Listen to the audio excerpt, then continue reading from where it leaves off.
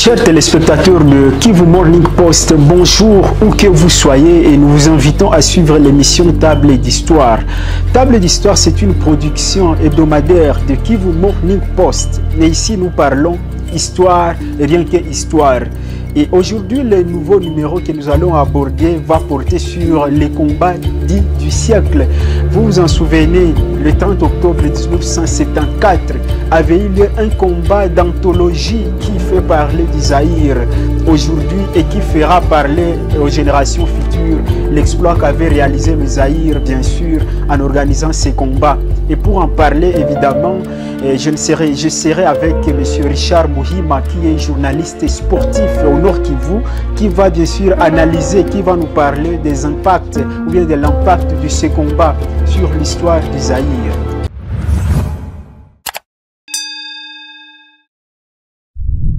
Et voilà, sans pour autant traîner, chers téléspectateurs de Kivu Morning Post, pour parler de ces combats d'anthologie qui est resté bien sûr dans la légende de l'histoire congolaise, je reçois M. Richard Muhima, à qui je dis bonjour. Bonjour Prosper Heringorora, bonjour à toutes les téléspectatrices, plutôt, et tous les téléspectateurs de votre chaîne Kivu Morning Post. Il faut le dire que Richard Muhima, c'est un journaliste sportif. Il a pas mal participé à beaucoup d'événements sportifs. Il a couvert plusieurs disciplines sportives. Nous le recevons juste pour aborder l'aspect historique de ces combats du siècle. Alors, Richard Muhima, pouvez-vous directement commencer par nous dire personnellement pourquoi ces combats avaient eu lieu au Zaïre?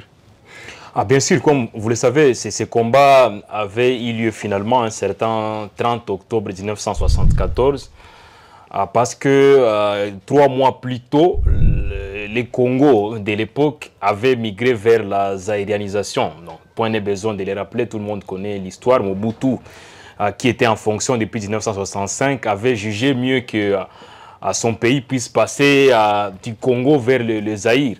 Et c'est dans ce cadre-là qu'il voulait accroître non seulement son idée, mais surtout sa popularité et véhiculer les valeurs de la RDC ou du Zaïre de l'époque à travers le monde. C'est dans ce cadre-là qu'il avait accepté volontiers. Parce que, faut-il quand même le dire, si Mobutu a pu accepter que son pays puisse accueillir les combats dits du siècle, c'est parce que bien sûr Mohamed Ali, qui était l'un des protagonistes, il avait croisé Mobutu au Moyen-Orient.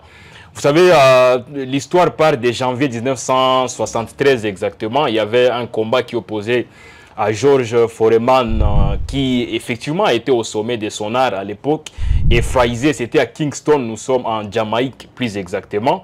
Et ce combat avait été remporté par George Foreman, bien sûr. Et Frazier, par le passé, avait aussi affronté Mohamed Ali et avait battu Mohamed Ali dans une certaine mesure. C'est dans la foulée de la victoire de George Foreman que son manager, qui faisait également office d'entraîneur, avait officiellement annoncé une offre des combats entre son poulain George Foreman et Mohamed Ali. Mohamed Ali, lui, qui est un ancien champion du monde, il était en plus âgé que George Foreman, et il avait posé une condition. Donc, George Foreman était prêt à descendre sur le ring, à en découdre avec George Foreman, mais à condition qu'il y ait soit une organisation ou quelqu'un qui mettra en jeu au moins 5 millions de dollars. 5 millions de dollars américains. C'était énorme. Absolument, c'était un cachet énorme pour les pugilistes George Foreman, et aussi une négociation d'un montant à mettre pour Mohamed Ali. Et comme par hasard, Mohamed Ali, je ne sais pas, dans un voyage qu'il avait pu effectuer, avait croisé Mobutu au Moyen-Orient. Et Mobutu avait déjà des échos parce qu'à l'époque, Mohamed Ali était quand même une référence mondiale de la boxe. Et Mobutu l'avait d'abord proposé à un combat d'exhibition à Kinshasa. Un combat malheureusement qui avait été refusé. Qui n'avait pas été refusé par Mohamed Ali. Mais Mohamed Ali lui avait clairement dit que il y a un combat qui lui a été proposé par George Foreman et son clan. Et c'est dans ce cadre-là que Mobutu a finalement accepté que ce combat puisse avoir lieu au stade du 20 mai, effectivement, à Kinshasa. Et c'était quand même un combat qui était très intéressant. Alors, donc, Mobutu avait accepté de mettre sur table un pactole juste pour permettre le déroulement de ces combats, vu que vous avez parlé du manager de Georges Foreman, ouais, qui voulait quelqu'un qui puisse mettre du pactole afin que ces combats-là puissent être organisés. Bien sûr, donc, il faut quand même préciser que ce n'est pas forcément Mobutu qui avait cassé la tirelire de la RDC pour mettre en jeu la somme qui était exigée. Vous savez, à l'époque, il y avait une entreprise russe, Rizinia. Donc, c'est une entreprise russe, mais qui collaborait directement avec Mobutu. Cette entreprise, après avoir entendu qu'il y avait une telle offre, avait accepté volontiers de prendre en charge ces combats. Mais la seule garantie que Mobutu avait donnée à cette entreprise, c'était de l'épargner complètement de toutes les taxes relatives au combat dont il est question. Donc, vous savez, lorsqu'on organise un combat d'envergure mondiale, parce que Georges Foreman et Mohamed Ali sont quand même des pugilistes de très grande renommée.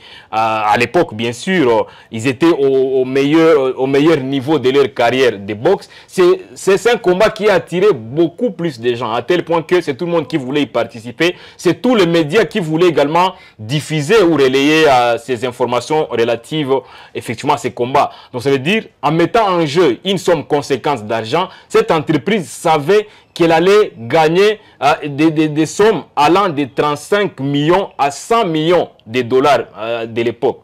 Donc ça veut dire en organisant juste ces combats-là. C'est dans ces cadres-là que l'entreprise avait mis de l'argent. Mais le gouvernement zaïrois de l'époque avait effectivement débloqué 1 million de dollars américains juste pour faciliter l'organisation liée à ces combats. Merci beaucoup à vous, Monsieur Richard Muhima. Chers téléspectateurs de Kivu Morning Post, aujourd'hui nous parlons du combat dit du siècle qui a eu lieu le 30 octobre 1974 à Kinshasa. Et pour en parler, je reçois Monsieur Richard Muhima, qui est journaliste sportif au Nord Kivu également, président de l'association des journalistes sportifs du Congo, section du Nord Kivu, qui nous parle bien sûr de l'aspect historique de ce combat du siècle qui est resté bien sûr dans les annales de l'histoire du Zaïre ou bien de la République démocratique du Congo. Et du monde, pourquoi pas? C'est un combat mondial. Tout à fait. Alors, Monsieur Richard Muhima, pouvez-vous maintenant nous parler un peu du déroulement de ces combats, comment les Kinois s'étaient comportés par rapport à ces combats? Bien sûr, d'abord il faut ici préciser que les combats étaient initialement prévus un certain 25 septembre 1974. Ça veut dire les combats étaient initialement prévus au mois de septembre, mais il se pourrait que Georges Foreman, dans la préparation, parce qu'il était très confiant, pour lui, d'ailleurs à l'époque il déclarait notamment, il disait celui qui pourra me battre n'est pas encore né. C'est ce qu'il avait dit. Donc ça veut dire il était très confiant à tel point qu'il mettait un accent sur la préparation. Et dans la phase de préparation, il avait contracté une blessure. C'est pour cela que le combat qui était initialement prévu le 25 septembre 1974 avait été renvoyé finalement au 30 octobre 1974, bien sûr. Donc voilà, ça c'est une précision des thèmes. Par rapport à la préparation... Au déroulement, bien sûr. Au déroulement, bien sûr. Donc ça veut dire les combats, une fois confirmés au mois d'octobre. Mais avant cela, les pugilistes, les deux pugilistes, donc Mohamed Ali et Georges Foreman, eux, étaient déjà à Kinshasa parce qu'effectivement, ils venaient tous des États-Unis d'Amérique. Ils étaient à Kinshasa dans la première quinzaine déjà du mois de septembre pour la préparation. Et c'était effectivement au niveau de l'Ancélé, plus exactement pour ceux qui connaissent Kinshasa.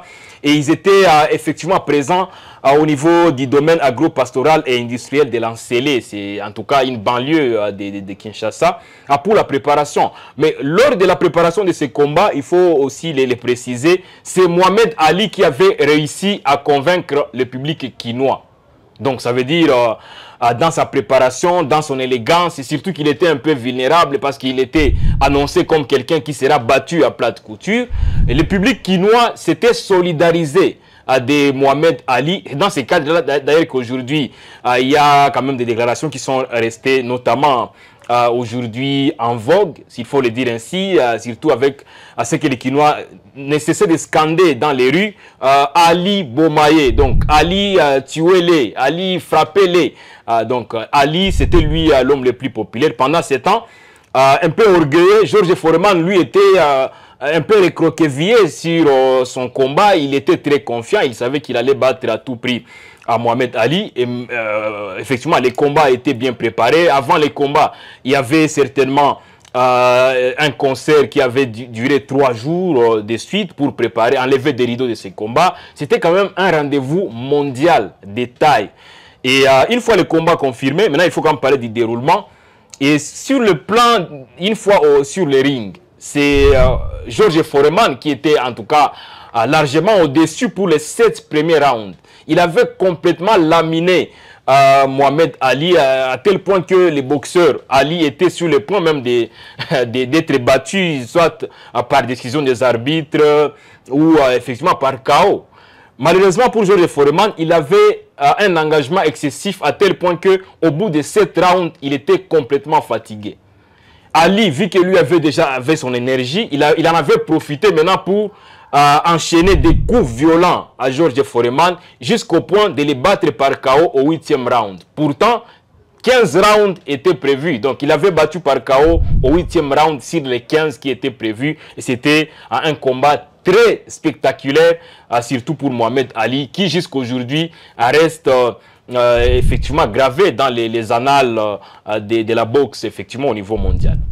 Merci beaucoup à vous, Monsieur Richard Mohima, de nous avoir parlé, bien sûr, du déroulement de ces combats du siècle. Et pour finir, pouvez-vous nous parler maintenant qu'est-ce que ce combat a représenté pour la visibilité du Zaïre et bien sûr pour d'autres aspects liés au marketing et consorts? Mais au fait, avant cela, je dois quand même dire que, vous savez, Mohamed Ali, s'il avait également été beaucoup plus apprécié par les Kinois plus particulièrement et tous ceux qui sont venus à Kinshasa, c'est parce que lui, il était quelqu'un qui luttait contre la ségrégation. Contrairement d'ailleurs à Georges Foreman, lui, il se voyait beaucoup plus américain et beaucoup d'histoire. Donc, il faut quand même dire que Mohamed Ali avait notamment déclaré, parce qu'il avait été reçu dans la foulée de sa victoire contre Foreman, il avait été reçu par le président Mobutu, effectivement, au niveau du palais présidentiel. Et voici la déclaration qu'avait faite Mohamed Ali. Il avait dit « Ça fait 32 ans que je vis aux États-Unis d'Amérique, mais je n'ai jamais été reçu à la Maison Blanche. Mais je suis content aujourd'hui parce que je suis reçu à la Maison Noire. » Voilà, donc c'est ce qu'il avait dit clairement pour dire que lui, il se sentait beaucoup plus africain certainement qu'américain, contrairement à Georges Foreman, lui qui avait également des origines un peu belges et beaucoup d'histoire. Et Georges Foreman, lui, se sentait beaucoup plus quelqu'un de l'Occident. Voilà, ça c'est par rapport à ce qu'il avait dit. Mais aussi, s'il faut peut-être vous donner un bonus, où je vais revenir sur ça, il faut maintenant revenir sur la question, donc l'impact de ces combats au niveau des Zaïre. De la RDC ou bien même sur le plan marketing du Zaïre au niveau mondial. Bien sûr, vous savez, à l'époque, le Zaïre était incontestablement les seuls coqs à chanter ou presque au niveau du continent africain. Mobutu, c'était quand même un homme très fort. Bien sûr, et ce combat a beaucoup plus accru la notoriété du Zaïre au niveau des concerts des nations, surtout sur le plan africain. Donc c'est quand même un combat qui a rajouté un plus. Mais en dehors de cela, c'était aussi un combat qui était organisé pour un tout petit peu rétablir l'image, si pas redorer les blasons ternis. Parce que comme vous le savez, l'année 74, c'était une année un tout petit peu contrastée pour le Zaïre. Comment ça? D'abord, le Zaïre remporte pour la deuxième fois de l'histoire, la Coupe d'Afrique des Nations. Une Coupe d'Afrique des Nations de football organisée en Égypte, c'était je pense au mois de mars. Vous le savez, l'RDC aujourd'hui, les Zaïre à l'époque, l'RDC aujourd'hui, ne compte que 2 trophées au niveau du football. Et en cette même année-là, en 74, l'RDC remporte la CAN en battant la Zambie en finale, effectivement. Donc l'RDC est championne de la CAN et se qualifie directement pour la Coupe du Monde, mais au niveau de l'Allemagne. Et vous connaissez quand même les revers qu'avait subi, l'humiliation qu'avait subi le Zaïre au niveau de cette Coupe du Monde-là, avec des défaites un peu humiliantes, notamment face à la Yougoslavie 9-0. Et Mobutu était tellement fâché parce qu'il ne pouvait jamais accepter que son pays puisse quand même être battu lourdement au niveau de la Coupe du Monde. Et pour lui, le fait d'organiser ces combats de boxe sur son sol, bien sûr, après cette humiliation subie en Allemagne, à part son équipe de football, c'était une façon de redorer les blasons, de montrer à la face du monde que la défaite humiliante subie en Allemagne n'était qu'un accident de parcours, en quelque sorte. Donc voilà, ça c'est également une précision. Merci beaucoup à vous, Monsieur Richard Muhima. Chers téléspectateurs, comme vous le remarquez, cette émission a été tournée à la bibliothèque Maison des Jeunes Goma.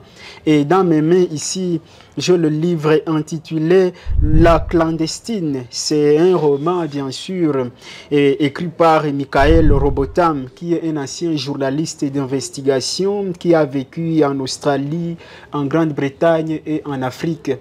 Pour dire que si vous êtes amoureux de la lecture, si vous êtes amoureux de la culture générale, nous vous encourageons à passer à la bibliothèque Maison des Jeunes Goma.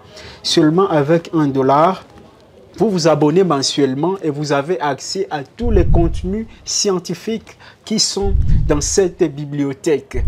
Je vais chuter avec 74 comme chiffre, bien sûr.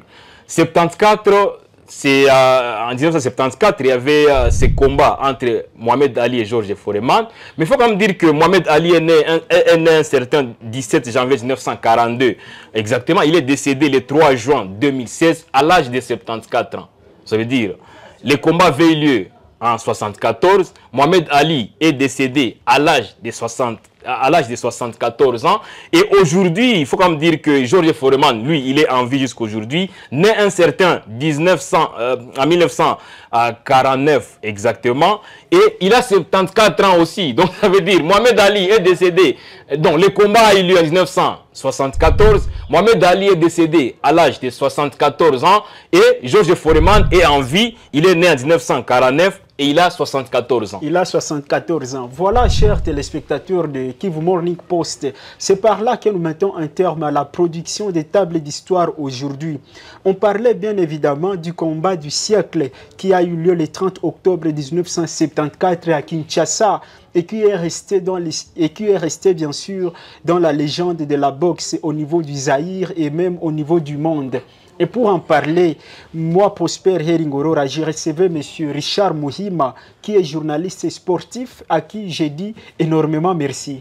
Merci beaucoup à Prosper. Big saluto à toutes les auditrices, toutes les téléspectatrices et tous les téléspectateurs de Kivu Morning Post.